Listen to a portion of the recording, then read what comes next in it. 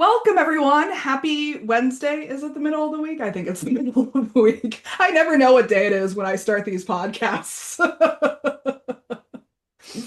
I'm Claire Jones. I'm a queer fantasy romance author, as well as a small publisher that helps other writers in getting their works shared with the world. And we are jumping on for my Marketing as Authors podcast, where I interview the amazing and inspiring authors in my network to discuss the marketing strategies that have hopefully propelled our careers forward in meaningful ways.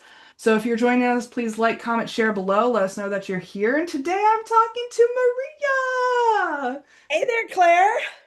Yes, we were just catching up on what has happened over the past month-ish since we saw each other. I know. I was thinking, oh, it's been so long, but in fact, it's been I so know. I just looked at the date and I was like, I don't even remember when that event was, but we did it. we did it. We survived it. We made some friends. That's the Yeah. most you can ask for. I mean, that's honestly my goal whenever I do book events or conferences or conventions is just like I just want to meet the cool people there. That's my goal at the end of the day. And honestly, in terms of marketing, the best thing you can do Absolutely. is to learn from other people. I know that you interviewed Golden Angel, who Yeah. is a font of Yeah. information. Every time I see her, I steal something from her. Yeah. So Yeah. she's Yeah. she's fabulous. Yeah, yeah. I just want to, I mean, we're surrounded by book nerds at those events, and that Yes. is my favorite place to be. Well, there are no better people. I also do volunteer work at a wildlife rescue Hmm. in New York. And I will say that the two best groups of people are book nerds and people who rescue pigeons. Oh, Yeah. okay. Specifically pigeons. So you're gonna have to say why specifically pigeons. Because there are so many pigeons in New York. There's nothing exotic about them. They're, Hmm. they're looked down upon. And Hmm. if you're coming into me with a little pigeon that you've rescued because it doesn't look so well, Hmm. you are a decent person. You're willing to Hmm. put yourself out. I've had people drive from West Point, which is a schlep, Oh. with a pigeon. Oh, wow. That's dedication. That is dedication. Yeah. I mean, I am thoroughly stuck in my news feeds in the whole like rescue animal genre. Mhm. Like I almost like cry every morning when I'm scrolling through my feeds because I'm like, oh, someone rescued a puppy. But it's the best of humanity. It's like this moment where you think, there are really decent people out Yeah, there. yeah, and I'm like, why am I crying over a puppy that I don't even know at like 7 o'clock in the morning? Like, is this really how I want to start my day? Oh gosh. All right, well, tell us the rundown of your books. What are they? How many? And what's coming up? Okay, so um, I'm best known for a trad published series called The Legend of All Wolves that started with The Last Wolf. It is a PNR, so paranormal romance for anybody who is confused by the various genres. Yeah. Um, and I was originally got a contract for three, and then that spooled out to an additional two. Hmm. Um, and then I had another book called Molloy and the Angel Hmm. of Death that uh, nobody really wanted because it didn't fit anywhere, but I liked it. And so I self-published it.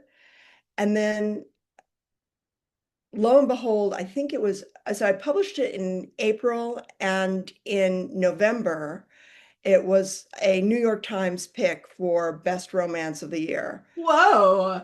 Right. So, it's like you never know. That's such This a quick lucky break. turnaround too. Right. April to November. That's like what, 7 months? Right. But as far as I knew, having published it in April, not a lot. It was fine. Hmm. Nice reviews, etc. But nothing was really happening. And then suddenly something Hmm. happens. Hmm. And sometimes you just have no idea how that's going to play out. Yeah, that's wild. Um, And so I'm working on a bunch of other things. I'm right now I'm doing two different series, and depending on what mood I'm in, I work on one or the other. I've been working on a YA Mm, series that I actually had started at the beginning of my writing career.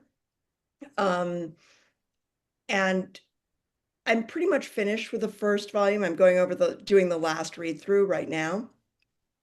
And it's really about this is a moment when there's been a lot of talk about transhumanism. mm, And so this is sort of the dangers of transhumanism. It's a kind mm, of pre-apocalyptic, mm. um, and we'll see. I'm gonna send it to my agent, see if she likes it, see if she wants to send it out to anybody. Um, but I'm also working, and if she doesn't, then I will self-publish that as well. So Why not? I like it. And then the other series that I'm working on, and again, the first volume is largely done, is a trilogy that is a sort of urban fantasy Mm, pre-Ragnarok. And mm, the gods are the villains in this. mm. So That that's sounds juicy, man. I mean, I just love working with pantheons in general. Like I have a kink for pantheons. right. Yeah, yeah, I know. I think that there's something wonderful about being able to take existing fables, existing mythology, and twist them around. Mm, In my way of thinking, and I'm sure other people have done this, but Loki is, of course, mm, the most sympathetic character. Here's a guy whose wife was killed, his three children were bound in the most egregious ways. And can you blame him for being a little bitter about this? yeah. So, I just think there's so much to be done in stories of pantheons. Yeah, yeah, yeah, yeah. I mean, I have my own Pantheon book series that I'm writing, Right. so I can talk for days about that. But I don't think that that's what this podcast is about. It's not the marketing with or Pantheons with authors podcast. Pantheons are us. Yes, yes, exactly. I am very interested to know what the timeline was for the New York Times pick. What year was that? So that was 2023. So it's been a while. I was writing really quickly. I got out two books a year. I was doing due diligence and then felt a little bit burned out Mm, by the end. And sort of gave myself a break. mm, So then I started on the Pantheon book, let's just call it that, and things changed. And there was all this talk about transhumanism, and so I wanted to do that story. mm, mm. I So mean, I think it's also just a great example that we are allowed to jump around like that. I feel like we're told so many times that we have to focus. 100%. I told you this. I was very straightforward. I am not a great marketer. Um, and I think part of the problem I find is that you're told that you have to have a brand. And to me, a brand is like, what is your story? The brand is what is the story? Well, if you have like a library of stories and they don't quite fit into one Dewey Decimal spot, Mm, how do you do that brand? How do you do mm, that marketing? I haven't quite figured that out. yeah. Even in the thing that I have, which fits in a genre, which Hmm. was the Legend of All Wolves, it was not genre expectations. Hmm. Because the wolves were very much wolves first and foremost. It was very much about nature and about dedication to pack. Mm, And it was not sort of motorcycle gangs and mm. people who suddenly can't control their, sort of, Animalistic natures. yeah. And animalistic natures. What is an animalistic Yeah. nature? Really? Are you telling me that a wolf is worse than humanity? I'm I'm not sure I'm with you on that. Yeah, yeah. But you do have demonstrated success in almost kind of being multi-genre too. I mean, I've gotten really nice reviews, and I'm very grateful for that. Yeah. Have I made bestseller list, the big bestseller list? No, I have not. And I think if I were, sorry, there's an ambulance going by. And I think if I were better at honing my marketing, picking a lane and sticking to it, I might have do better. Yeah. I mean, is that vision of success your vision of success though? Oh, That's that's the oh thing. yeah. I think I would have look after five Wolf books. I Hmm. was kind of I Yeah. think if they had even come back to me and said we want five more, I probably would have said no. Yeah. I that's not the story I want to tell. Yeah. I mean, I think this is a key distinction when we're talking about success markers in Mhm. a writing career Yeah. because the success markers are so unique to the writer, to the author. And I feel like we get pressured to superimpose other people's vision of success onto our writing journey. Mhm. Right. And Yes. that's what spurs the whole like, I don't know what I'm doing. I'm an imposter. Yeah. Like, what if I'm doing the wrong things? Well, and it's also that, you know, numbers are easy. Mm, Numbers are an easy way mm, of judging success. You've sold that many thousands of copies, you've made this amount of money. And, we're kind of addicted to that in the United States because that is very easy. yeah. Yeah. Now, I mean, it's harder, like for me, I have friends in this writing community. That to me is a marker of success. Yeah. I have people who like my weird, stupid little stories.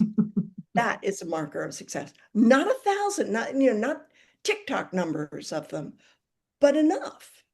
And that's those are my markers of success. And I enjoy going to work every day, Mm, which is another marker of success. And again, if I was on volume 36 of a terribly successful series, I would not. yeah. Yeah. I honestly want to challenge a little bit when it comes to the whole TikTok numbers comment you made, because Okay. on your Goodreads, you have 7,800 ratings. Okay. And so that feels a little bit more than just 1,000 readers. I don't really go on Goodreads because two reasons. One, I'm terrified of it. Fair. I'm sure that the first review, and often this is true, the first review of anybody's book is always the snarkiest. That's the one that people love the most. So every time you go on Goodreads, the first thing you're going to see is what a piece of trash this is.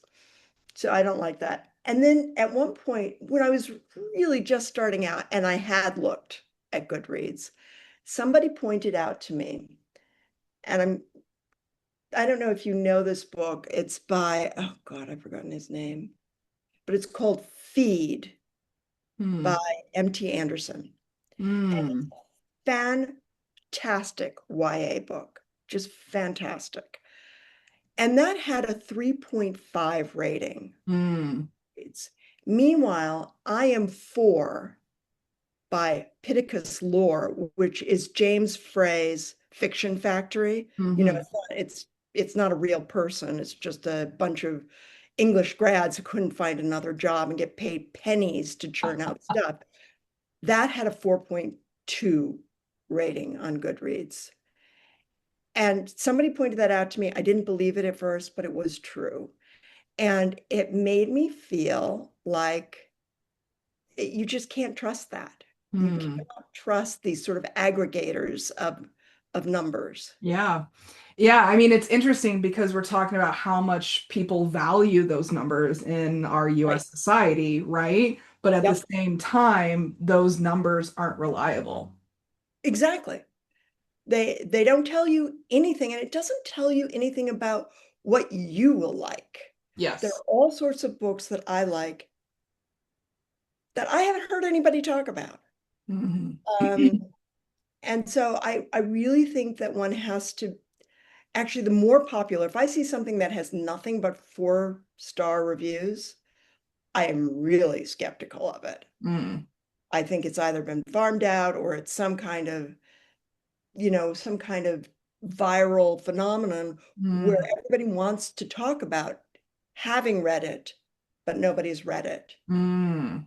I mean, I had Gödel Escher Bach on my coffee table for the better part of 20 years. I did not read it. Yeah. Yeah.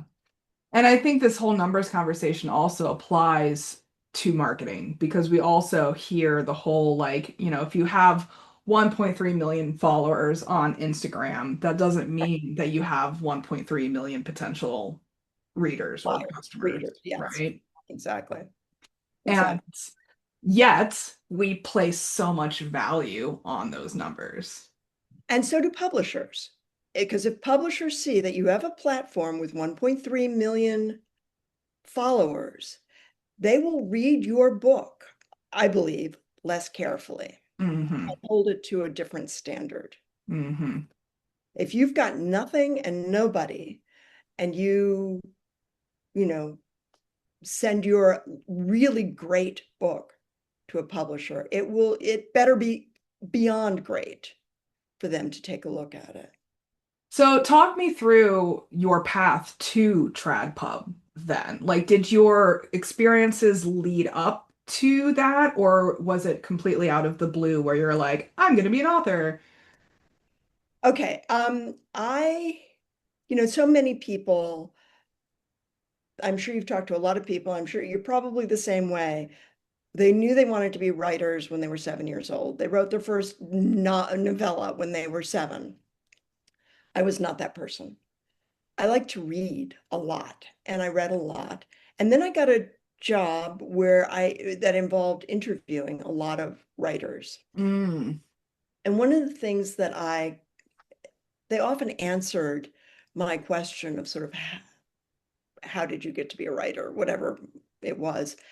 And they would often say, I knew I didn't want to work an office job. yes, I mean, same. Yeah, I mean, fine, you don't want to work an office job, but that is not why you want to be a writer. You want to be a writer because you have a story to tell. I mean, talk to me about Kafka and Faulkner and all those people who worked as in post offices and insurance companies and were actually fine writers. I just don't think that's reason enough. And Mm, I didn't have a story to tell until I was in my 50s. mm, And suddenly I had this, it actually came about when we had been transferred to Germany, not transferred, but I went for my husband's job. And I had noticed a bunch of kids sitting around a table together, all focused on their phones. This was a long time ago. Um, and that's where I came up with this sort of the seeds of this transhumanist idea. Um, and that was a story that I wanted to tell. So I started writing, and that book, I got like 2.5 stories into that, or 2.5 volumes into that. And I sent the first one because I didn't know any better because I'm an idiot. I sent it to the biggest agent. I thought, ooh, you want to have the biggest agent, right? So I sent it over the transom to the biggest agent in town. Um, and the biggest agent in town's second assistant called me back mm. and was interested. I think sometimes the assistants are allowed to sort of take something out of the slush pile and give it a go, just to get their feet wet. Well, she gave it a go, got her feet wet. Nothing happened with it. There was some interest from a showrunner, but nothing happened. But that was enough. to make me feel like, okay, there's something. I have something. So then I did another story, which was about these wolves who were, Mm. you know, your typical werewolves. And I sent it to an agent who I had met through my kids' school. And she said, sure, I'll take a look at the first couple of chapters. And she looked at the whole thing and she decided she wanted to represent it. And so that's how I got, at first I thought it was going to be a standalone because I thought that's what you did. And then it turned into a trilogy and then to a tetralogy, whatever it is. Five. Yeah, yeah. I'm writing an octology right now, but I never use that term. Sounds like I'm doing something That's dirty why I to got to trad. octopuses. Yeah. So I got to trad that way. And, I thought like everybody, like any newbie writer, that they would take care of it from then on, that my only job was sitting down and writing the next book Yeah. and the next book because they wanted it in 6-month intervals. And I discovered that that was stupid. But by the Mm. time I discovered it was really stupid, it was too late Mm. because they really give you time. They give you like, I sold it in 2016 and I think it wasn't published. The first one wasn't published until 2018. Yeah. So I had like a full year and a half. Yeah. And what I should have been doing, and I did a tiny bit, was building a presence and Mm. connections and finding people who might like this book. But it was such a weird book anyway that I wasn't really sure what the comps were in a way. Mm. And I thought, okay, my publisher's going to take care of that part. And they didn't. They did. They did their best, the best they could do. And as I said, it was reasonably successful. Mm. Still, it's still out there, still being sold, still being read. Um, we'll see. Yeah. Being older, I'm now 64. I remember a time when if you published a book and it did not take off, you had like 6 weeks, 2 months for that book to take off. And if it didn't, that was taking up space in the warehouse and it would be pulped. Yeah. So in a way, I feel like this is such a luxury to Yes. be able to have a book that doesn't hit immediately, but doesn't get pulped. Yeah. Yeah. It gives you so much time to work with. Right, I exactly. I think that's what a lot of new authors miss, especially if they just publish it on Amazon. Hmm. They may have initial success, like in the first week, 2 weeks, Right. maybe month if they're lucky. Yeah, And then it kind of dies off into obscurity, and then they think that they failed. right. And you can't let it die. I mean, one of the things, the one piece of really good advice, I think I'm jumping around here, but the one piece of really good advice I would give to anybody listening is if you go with trad, sunset as much as you can. So Okay. in other words, if they don't do an audiobook, if they have your audiobook rights and they have not done it within a year of publication, make sure they lose those rights, that those rights Mhm. revert to you. I had hardcover rights that they will never give me back. Yeah. And I would love to have those hardcover rights. I would design my own cover because the covers were sort of done in 2018, 2017. I love the covers, but they were of a different era. It's sort of a Yeah. bare-chested guy Yeah. and it doesn't really do what I would like to have done for the books. Yeah. And if I had a hardcover, I could do my own and do it in a different way. So just try to have anything that you can sunset. Publishers don't like to do that, but if you can, say, okay, if you haven't published a hardcover within 2 years of the book's publication, it reverts to me. I mean, I think the same thing applies to Amazon published books too. Is Mhm. like I think at a certain point you have to have a plan for taking those ISBNs off of an Amazon only Right. distribution system Yeah. because then you have so much more creative license with what you want to do with that Yes. material. Right. Right. And I think you can also, if you have a series that you finished that you started 7 years ago, y- rebranding the whole thing and giving it a new life is a huge, you have a second bite at the apple for the entire series if you do that.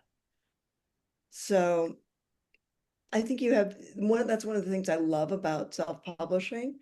Personally, I love Molloy, and I would not change the cover, but I could if I Yeah. wanted to. And Yeah. that's just, kind of grand. Yeah. Yeah. Has your engagement with marketing changed based on your trad titles versus your self-pub titles? Uh, a little bit. I have not yet figured out how one keeps the momentum going. Hmm. I'm very good at interacting mostly with my newsletter. I'm Hmm. good at interacting. My newsletter is also not regular. It's not once a month. I I subscribe to a bunch of newsletters from friends, and honestly, the ones that come every week or every 2 weeks Too are much. tiring. It's too much. So I do it once a month if I'm feeling really ambitious, and otherwise just when I have something to say, either something to say or a sale or something. And sometimes I sort of set things up so there's a call and response. I ask a question, they'll write back or send me pictures or something. And I'm pretty good about always responding to those. So I think that's a pretty loyal group. Um, but I haven't figured out how to, for example, keep social media going. I tried it a couple of times and I found it so exhausting. Yeah, it can be. Come up with things all the time. And it's great if you have a pet, Yeah. but I don't have a pet. I don't show my kids or my family on social media. So I'm sort of like, it's my punum or nothing. And I just don't know if it's worth it. Yeah, yeah. But you do events too, in-person events. Yes. Is Yeah. that a common thing for you? Not a common, it had been more. I had done a lot of big events and I found them tiring. I like doing panels, weirdly. I kind of like moderating because I like drawing other people out Hmm. about their experiences. Um, but I find, the signings, like sometimes now I have found that the signings have become much more about the special editions, Yes. pre-ordered special editions with the sprayed edges and the slip covers and all that. And because I am trad, I have no control over that. I Yeah. can't do that. Yeah. And so I end up, for a while, because I was published in 2018, publishing was going through all this turmoil. Yeah. And I was published originally in Mass Market.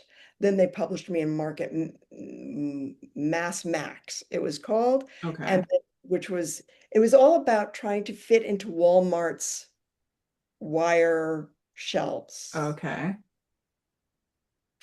And then I was published in a third format and maybe a fourth. So by the time I got to my fifth book, my books were in three different formats. They were like, Like three different paperback formats? yes, That's three wild. different paperback formats.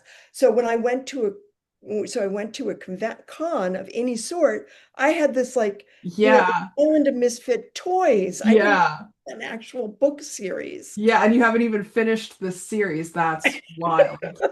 So it's like, oh my gosh. And I knew that that didn't show well. I knew it Yeah. didn't show well. I mean, But why Walmart in particular? That's what I'm so curious about. at the time, Walmart was everything for mass market. And if Huh. you got into the habit of doing sort of kowtowing to Walmart, then you ended up just with doing whatever they wanted. And they were not sure what they wanted at that point. I came out at the same year that the Kiss quotient.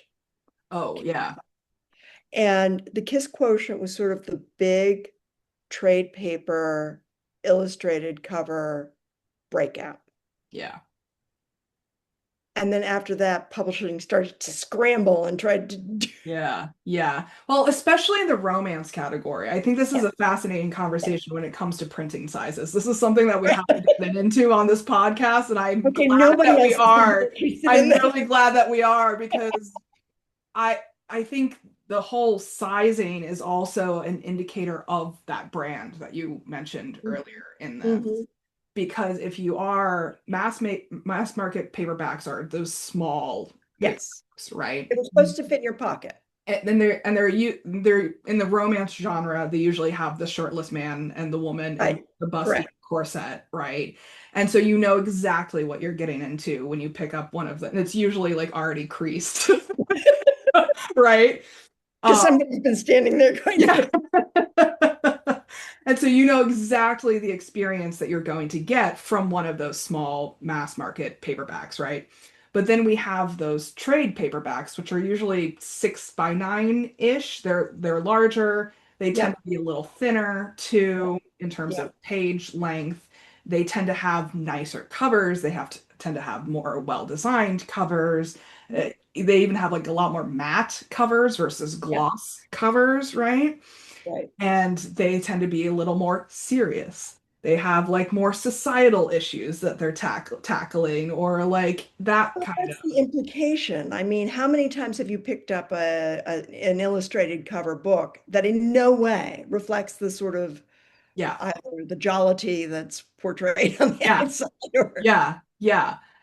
And so I think there's been this great divide also in the romance category with like the serious authors and the like smut authors when it comes to print sizes. right, right, And exactly. I have this whole thing about how though just deciding the print size is indicative of that branding for you because you're communicating to the reader what kind of reader experience they're going to get just based off of the size of the book alone. Like we're not even talking about cover design. Illustration or anything, right? Yeah.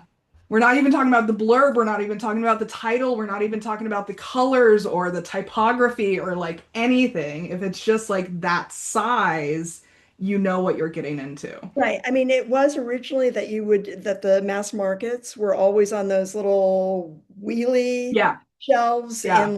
in like a Walgreens, right? Yeah. And you knew what that was all about. Yeah. A serious book would be on a shelf. Yes. Yes. Yes. And so it's fascinating that they didn't know where to place you. Right. They weren't sure, and they weren't sure where the market was going. And so it was this, I ended up with all of it. Yeah. Yeah. Because I would guess, based on our conversation so far, that you would be a trade paperback author versus a mass market But I paper. was a romance author. It is a Well, romance. And at the time, yes, all but romance. it's a little Oh, it's not like a bodice ripper, right, you right, know. right. So at the time, all romance was kind of assumed Yes. to be mass market. Yes. And it was just at the moment that my first book came out that they were starting to reconsider that. And that was only 7 years ago, Right. I know. which I know. is wild. Like I'm thinking about just the public perception of romance and how much that's changed over the last 7 years. I mean, this is one of the things that I find absolutely amazing because I can remember when the ripped bodice opened up in Los Angeles, Oh and yeah. that was a huge deal, and it was alone for quite some Yeah. time. And then there was another one in that opened up in Chicago area, and then suddenly, whoosh, Yeah. I would never have expected it. And living in New York, one of the problems I had, they always tell you when you're reading the how-to manuals, go to your local. bookstore and talk to the book manager and show them your book, and they will carry it because they want to support local authors. Well, the local authors in my area, I live in New York City, the local authors in my area were like Philip Roth. Yeah. And Right. and I'm going to Shakespeare and Company Yeah. and saying, "You see my mass market, Yeah. please carry it." And the answer Yeah. was no. Yeah.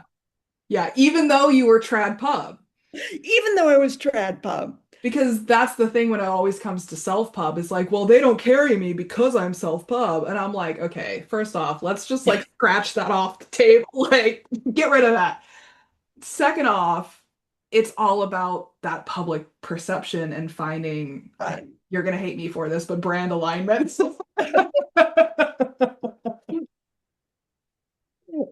Right. Now, yeah, I agree 100%.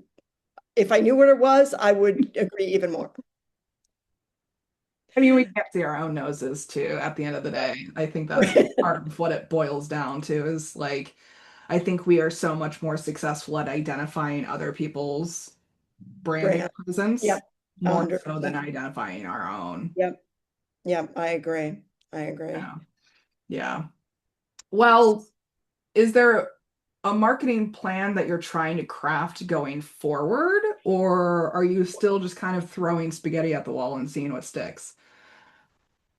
Uh, it depends. Okay, if something happens and either one of these trilogies gets picked up or doesn't, and I have to, reinvent the wheel, um, I'm going to try harder to really investigate the market and Mhm. see who's who's, where's where, what the comps are, who might be interested in taking a look at things.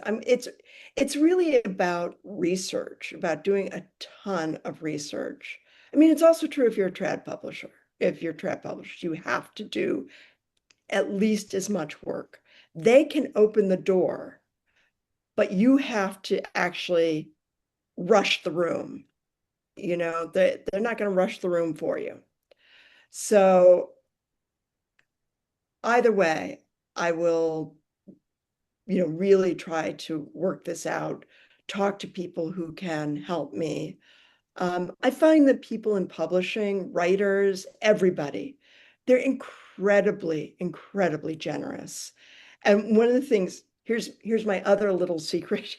I often go on auctions, Mm. and frequently you'll get an author, maybe somebody you've heard of, maybe somebody you haven't, who is auctioning off a chat with me about anything. And, so you get to give some amount of money to a cause you believe in, and then you get to sit down and abuse an author for everything they know for an hour. And I think that's fine. Yeah, yeah. Where are you going to start with your research? Um, Podcasts, actually. Mm. I find podcasts really helpful. And, I try to cook at home as much as possible because it's a money saving thing, it's a health thing, whatever. Um, and I will often listen to podcasts while I'm Mm. cooking. So, Any in particular that you want to shout out? not right now, no, no. Um, there are a bunch of them that I listen to, and sometimes I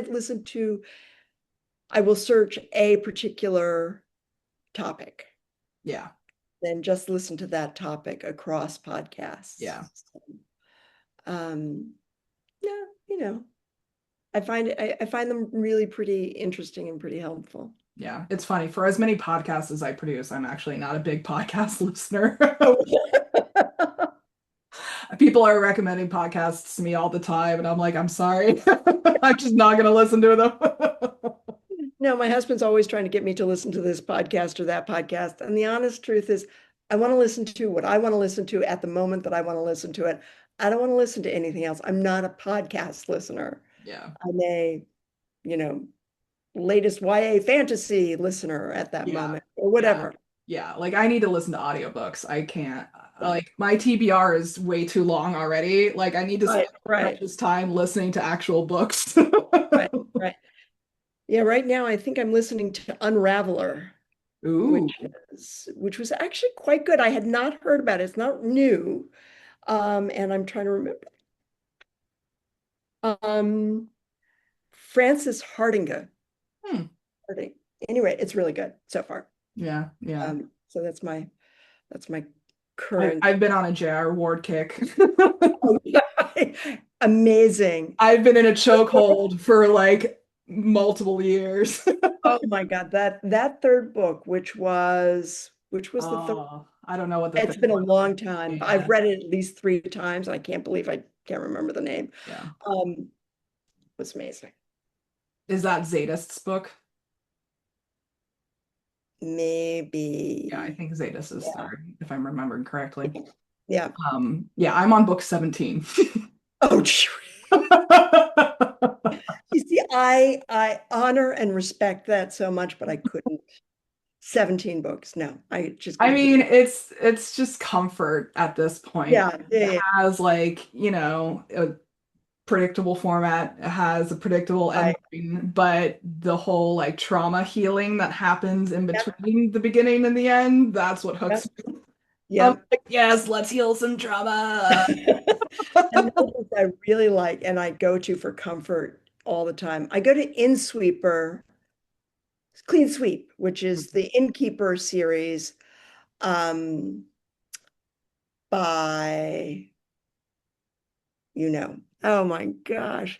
I'm so terrible. I can't remember actors' names and I can't remember writers' names. Yeah, that's okay. Um, and uh, and also Holly Black's The Coldest Girl in Cold I Town, picked up one of her which books in a was free library recently, and I haven't yet dipped my toe into the Holly Black universe, but it's coming.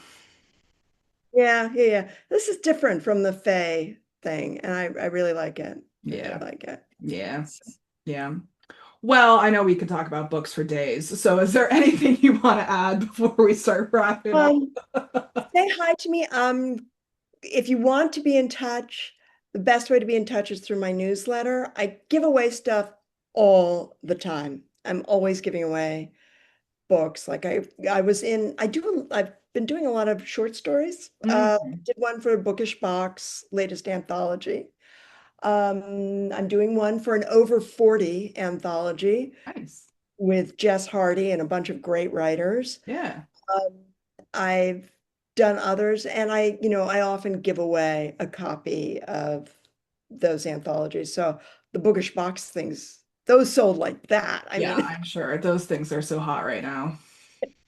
so if you're really interested in having volume 3 of their anthology series, join my newsletter. I'll be giving one away soon. Yeah, you know where to go.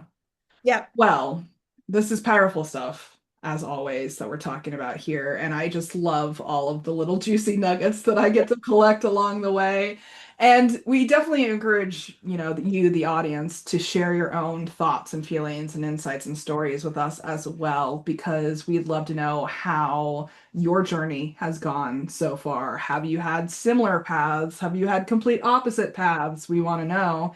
And please do let us know if you have any questions. I know we go over a lot of vocabulary in these podcasts. And so if there's anything you're like, wait, what does that mean?